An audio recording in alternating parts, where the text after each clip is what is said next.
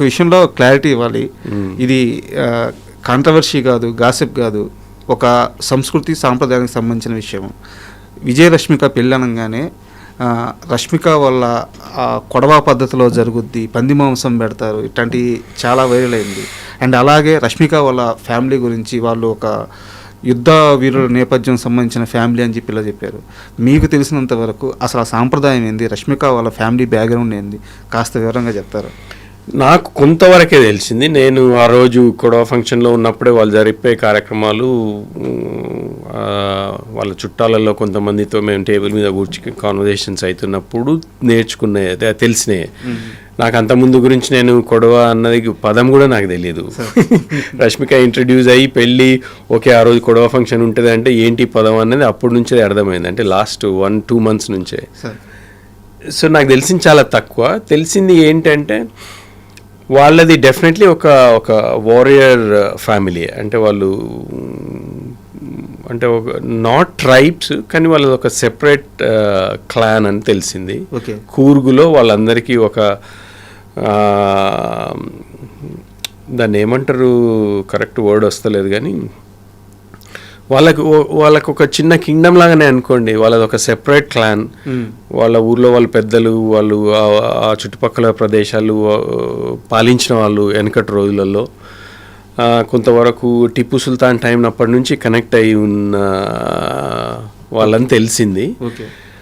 అందుకే ఆ ఫంక్షన్లో కొన్ని అవి చేయించిన అన్నట్టు. ఇప్పుడు అరటి మాన్ ఉంటుంది, దాంతో కట్ చేయించడము అట్లాంటివన్నీ వాళ్ళకు ఉన్నాయంట. అది చేస్తే అంటే వీడు ఎంత బలం ఉన్నాడు, ఎంత వీరుడు అన్నది ప్రూవ్ చేసుకోవాలని ఒకటే షాట్కి దాదాపు ఒక 10 ఒక నిలబెట్టి ఉన్నాయి అన్నట్టు. ఒక మాన్లు, అరటి మాన్లు ఒక 10 దాకా ఆ కత్తి తీసుకొని ఒక్కొక్కటి స్లైస్ చేసుకుంటూ ఒకటే దెబ్బ కొట్టేసేయాలన్నట్టు. అవన్నీ చేసిండు అక్కడ, అంటే ఒక ట్రెడిషనల్గా. అవన్నీ చూస్తే అనిపించింది వాళ్ళకంటే వాళ్ళకు ఒక ట్రెడిషన్ ఉంది, ఒక ఐడెంటిటీ ఉంది, and they are totally different to usual అన్న కన్నడ పీపుల్, అదైతే గ్యారంటీ. అంటే కూర్గ్లో డిఫరెంట్గా ఉన్నారు వాళ్ళు. ఇంకొక విషయం తెలిసిందంటే కూర్గ్ అన్నది ఒక స్మాల్ ప్లేస్ అయినా కానీ వాళ్ళ కాంట్రిబ్యూషన్ స్టేట్కి, అంటే ట్యాక్స్ ఎంత పే చేస్తుండ్రో అది అంటే డిస్ప్రపోర్షనేట్గా ఉంది. మిగతా డిస్ట్రిక్ట్స్తో పోలిస్తే కూర్గ్ ఇస్తున్న కాంట్రిబ్యూషన్ చాలా హైగా ఉంది. ఇన్ రిటర్న్ ఆ ఇన్వెస్ట్మెంట్ వాళ్ళకి దొరుకుతలేదు అన్నది వాళ్ళకు ఒక డిసప్పాయింట్మెంట్ అని తెలిసింది నాకు. అది వీళ్ళు ఇస్తున్న డబ్బులకి ఇన్ రిటర్న్ ఇన్వెస్ట్మెంట్లు మళ్ళా కూర్కి చాలా తక్కువ వస్తుందంట.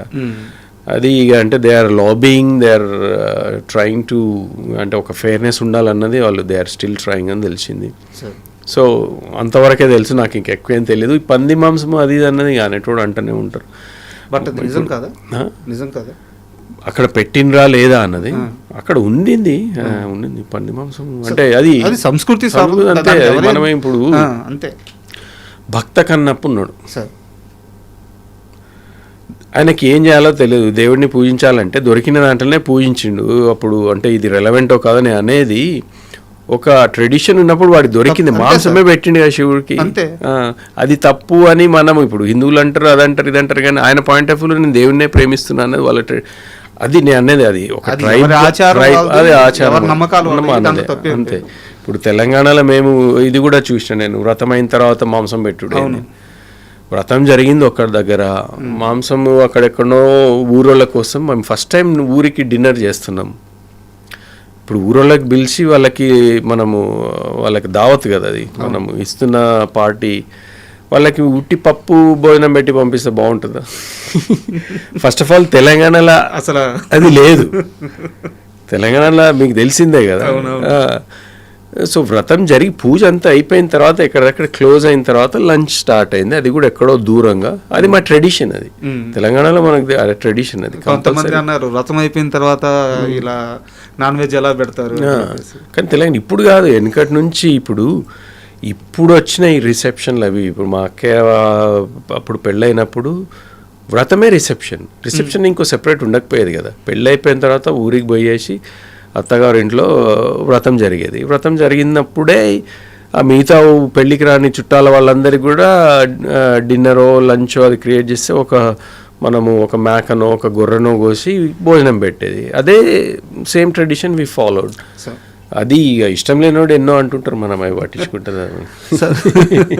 సార్ మీ కెరీర్కి సంబంధించి ఒక సీరియస్ క్వశ్చన్ అండ్ సజెషన్ కూడా అనుకోండి, నాకున్న అతి తక్కువ పరిజ్ఞానం మేరకు, బట్ దీన్ని ఎలా తీసుకుంటారో మీ ఇష్టం. ఇప్పుడు నేను చాలామంది ఆర్టిస్టులని ఇంటర్వ్యూ చేస్తుంటాను.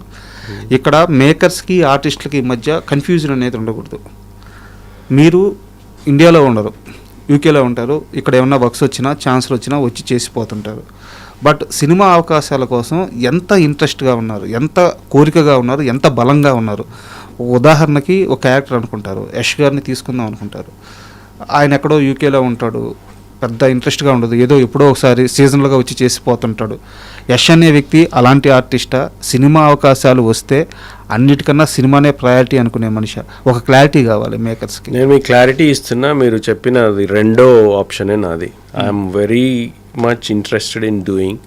ఇప్పుడు ఎందుకంటే నా కెరీర్లో నేను చేయాల్సిన పనులన్నీ ఆల్మోస్ట్ అయిపోతున్నాయి.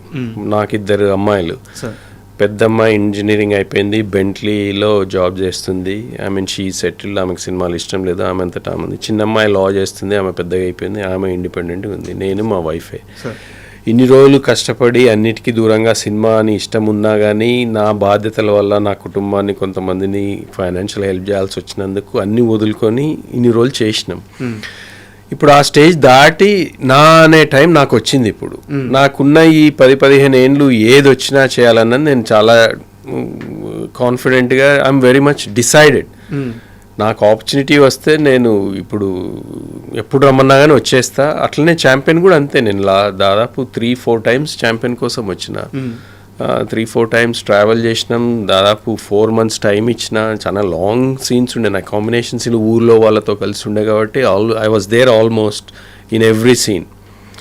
షూటింగ్లో అయితే, సినిమాలో ఎంత కనపడ్డది వేరే విషయం, కానీ అండ్ ఐ వాజ్ దేర్. నేను ఆ కమిట్మెంట్ అయితే ఇచ్చినా కదా. అంత బిజీగా ఉండి, నా బిజినెస్ ఉంది, నా వర్క్ ఉంది, అన్నీ ఉన్నా కానీ when I was needed, I said, okay, I'm coming. నాకు all I needed was నాకు ఒక 2 weeks నోటీస్ ఇవ్వండి అని అప్పుడు చెప్పిన. కానీ ఇప్పుడు వచ్చే ఆపర్చునిటీని బట్టి అది ఏంటి అన్న దాన్ని బట్టి నేను I will put a side, I will work from home. ఇక్కడ నుంచి నేను చేసుకోవాలి. అప్పుడు కూడా నేను క్యారవాన్ నుండి నేను టీమ్స్ కాల్స్ చేసిన, నా టీమ్ తోటి అక్కడ మాట్లాడిన, ఐ వాజ్ టేకింగ్, అవన్నీ నేను చేసిన.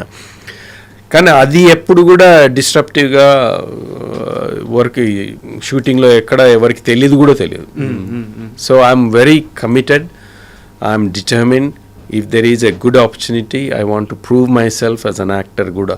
యాక్టింగ్ అంటే నాకు చాలా ఇష్టం, నిజంగా చెప్తున్నా, చాలా ప్యాషనెట్గా చెప్తున్నా. మీకు తెలిసినా కానీ ఎవరైనా యాక్టింగ్ ఆపర్చునిటీస్ ఉన్నా కానీ జస్ట్ రెఫర్ మై నేమ్.